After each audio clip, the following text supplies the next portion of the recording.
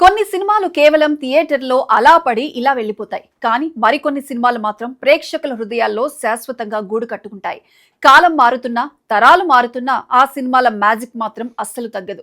అలాంటి అపురూపమైన ప్రేమ కావ్యం మనసంతా నువ్వే. సరిగ్గా 23 ఏళ్ల తర్వాత ఆ చిత్రం మళ్లీ వెండితెరపై మెరిసింది. ఈ రీ రిలీజ్ చూసిన ప్రతి ఒక్కరూ చెబుతున్న మాట ఒక్కటే, ఇది కేవలం సినిమా కాదు, మా యవ్వనంలోకి మమ్మల్ని తీసుకువెళ్లిన టైం మిషన్. 2001వ సంవత్సరంలో ఎటువంటి భారీ అంచనాలు లేకుండా ఒక చిన్న చిత్రంగా విడుదలైంది మనసంతా నువ్వే.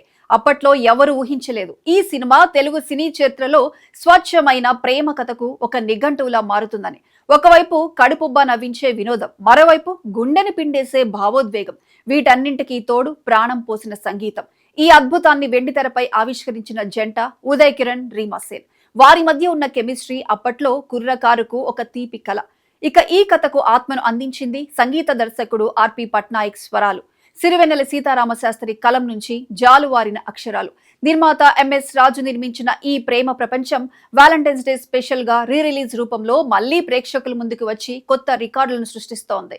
ఫిబ్రవరి 14 ప్రేమికుల రోజున ఈ చిత్రం మళ్లీ విడుదలైనప్పుడు తెలుగు రాష్ట్రాల్లోని థియేటర్ల వద్ద పండుగ వాతావరణం నెలకొంది. ఈ క్రేజ్ కు ప్రధాన కారణం అందరి మనసులో చెరగని ముద్ర వేసిన ఉదయ్ కిరణ్. ఆయన భౌతికంగా మన మధ్య లేకపోయినా ఆయన చిరునవ్వు, ఆయన సింప్లిసిటీ ప్రేక్షకుల గుండెల్లో సజీవంగా ఉన్నాయి.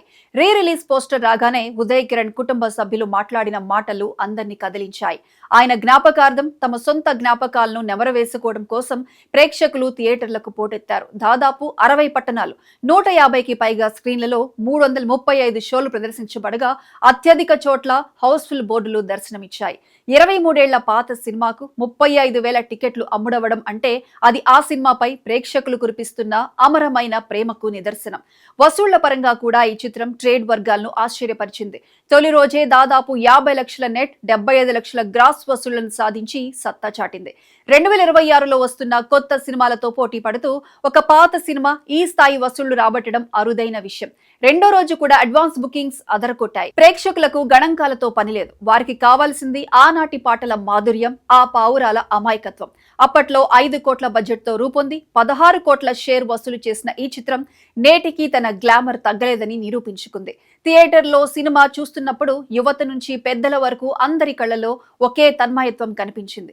తూనీగా పాట రాగానే థియేటర్లు చప్పట్లతో మారిమోగిపోయాయి.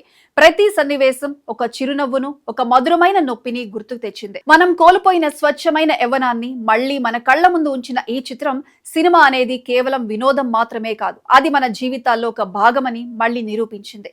మనసంతా నువ్వే రీ రిలీజ్ విజయం అనేది కేవలం కలెక్షన్ల కథ కాదు, ఇది ఒక హీరోకు ప్రేక్షకులు ఇస్తున్న గౌరవం, ఒక అద్భుతమైన ప్రేమ కథకు కాలం చెల్లదని చెప్పే సాక్ష్యం. తరాలను కలిపిన ఈ భావోద్వేగ యాత్ర తెలుగు సినీ చరిత్రలో ఎప్పటికీ ఒక తీపి గుర్తుగా నిలిచిపోతుంది.